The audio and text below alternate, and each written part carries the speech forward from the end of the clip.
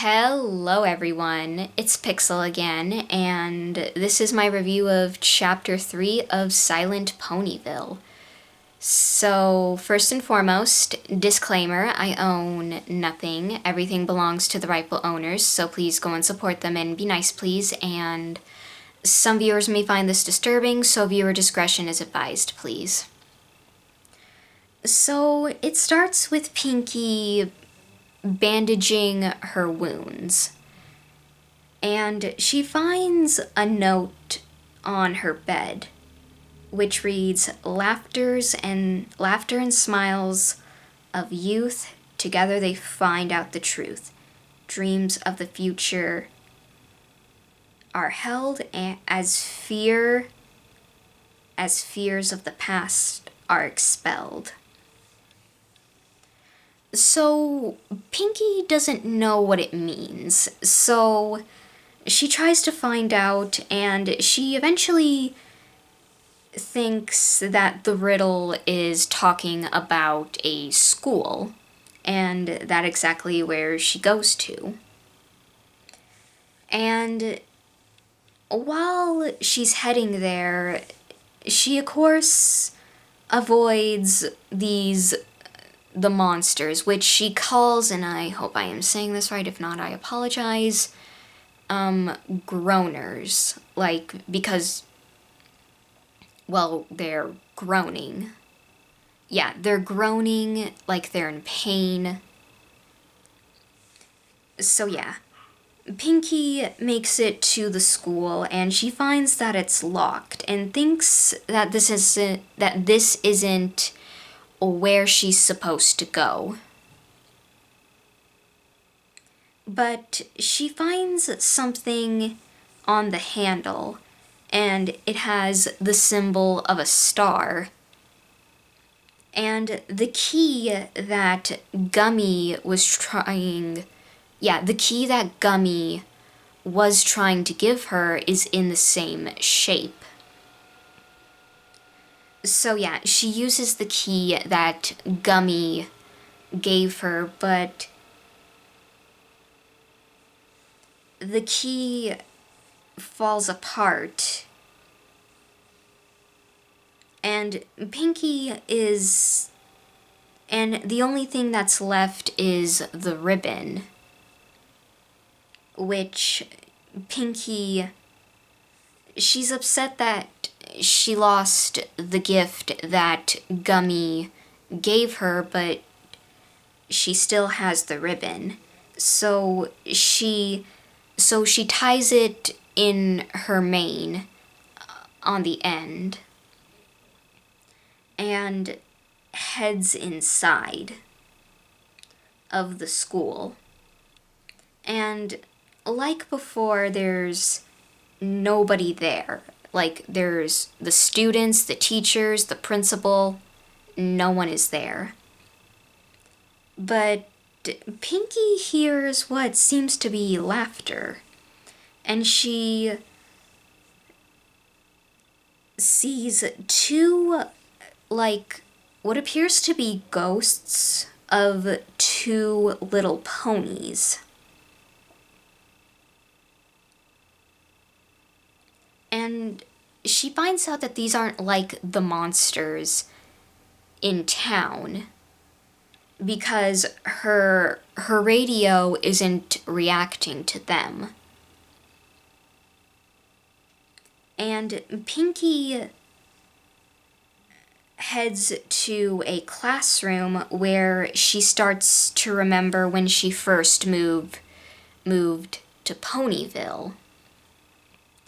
And we see a flashback of the mayor telling Pinkie that she's been homeschooled for most of her life, and she tells her that she is required to take 1 year at public school at Ponyville. And Pinkie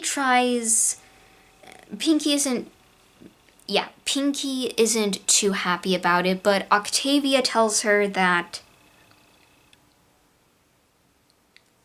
it won't be that bad, and that she'll be able to make new friends.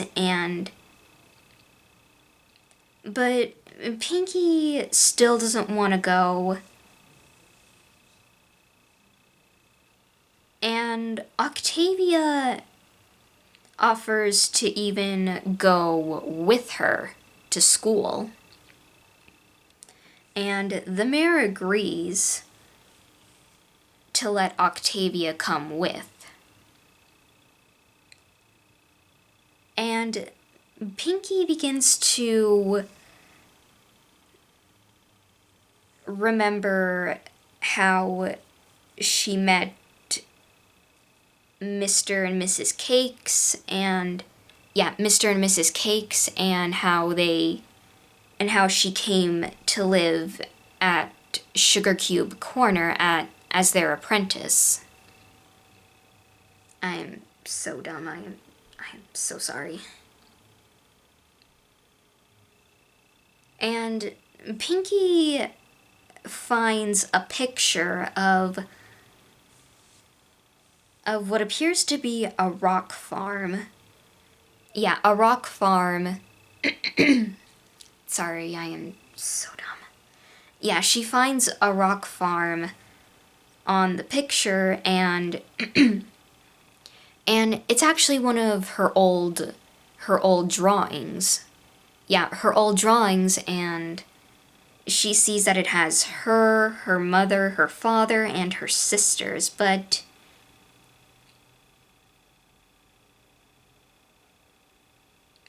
she notices something is wrong with the picture, because she notices that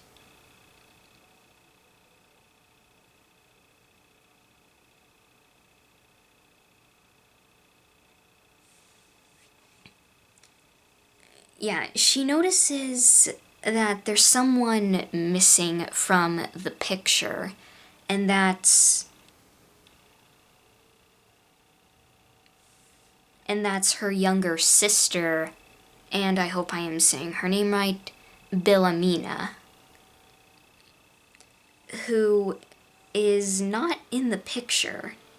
And Pinky feels upset about thinking that she forgot about her.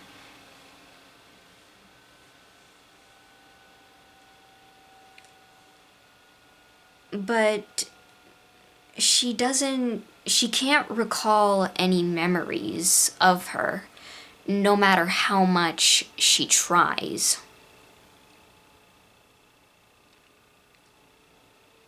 And she promises her that she will keep her in her memories when she gets out. And she sees another picture, and it's one that Octavia drew. And she looks inside of the desk, and she finds a gem, a blue gem. And so yeah, Pinky takes it with her, and she goes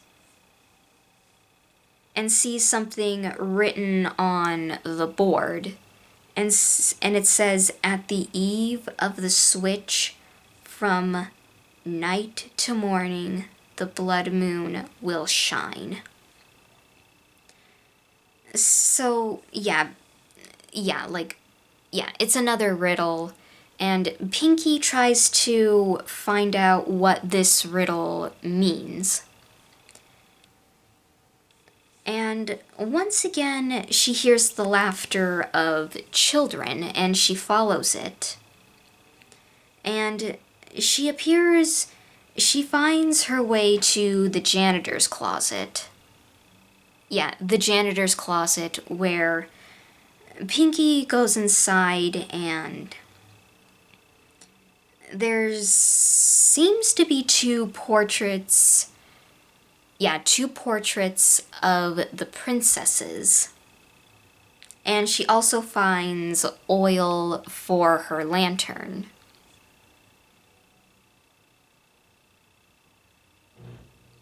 And she looks at the picture of Luna and then Celestia, and she realizes that Celestia is missing. I am so sorry, I cannot speak, I am so dumb.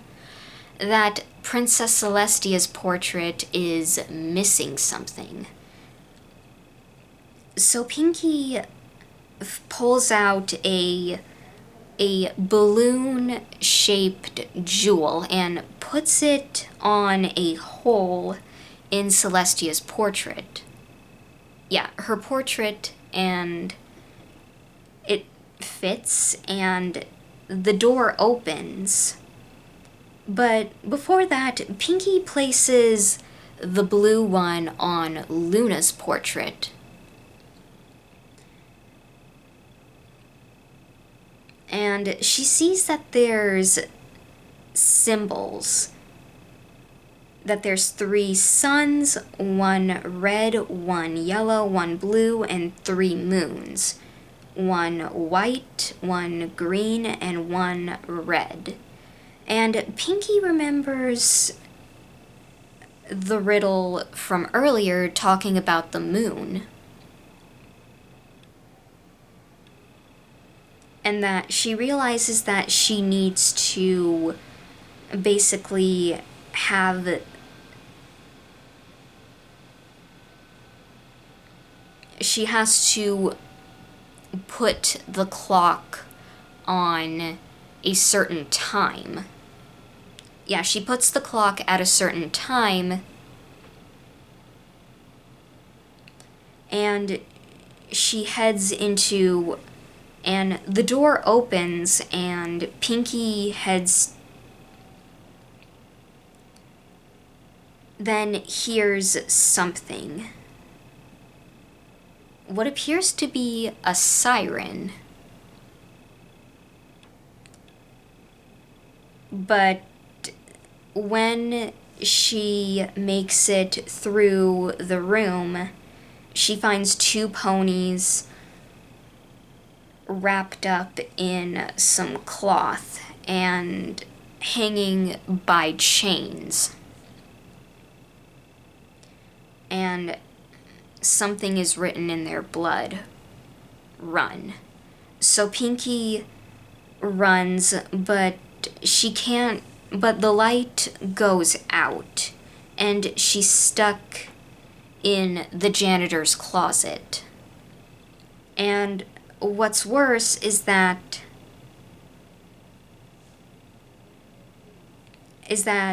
something begins to follow her. And it turns out it's one of the creatures from her nightmares, the slender pony. And Pinkie's radio reacts to it, and Pinkie doesn't know what to do. She manages to run away for a little while, but she gets cornered she reaches the dead end. Yeah, she reaches a dead end, and it seems like this is the end, but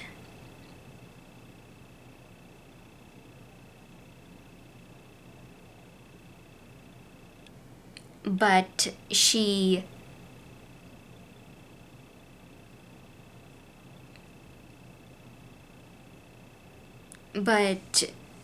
so yeah, she tries everything she can to keep the slender pony away from her, but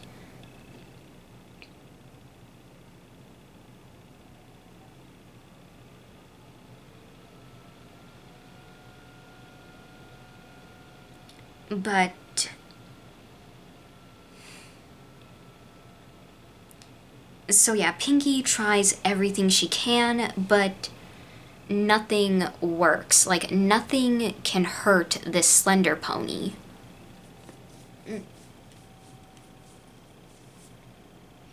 I am so sorry about that. But just when it seems like Pinkie is done for, something else happens. The slender pony stops. And then Pinkie then hears the sirens.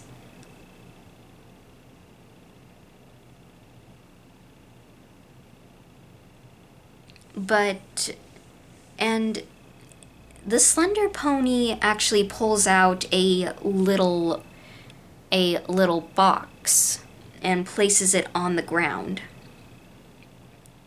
and just leaves her alone.